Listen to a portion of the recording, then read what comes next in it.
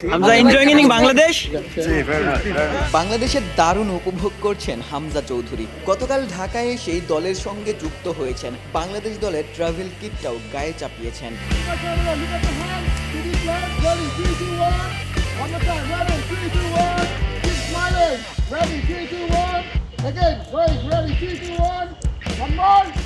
যেমনটা দেখছেন গোটা দলের সাথে হামজা চৌধুরী, এই ছবিটা দেখার জন্যই তো কত বছরের অপেক্ষা।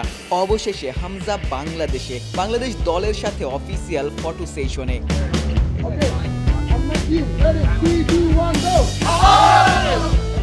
গর্জনে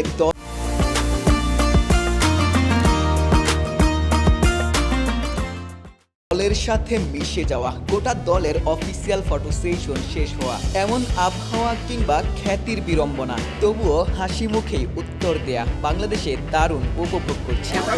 হামজা এনজয়িং ইন বাংলাদেশ।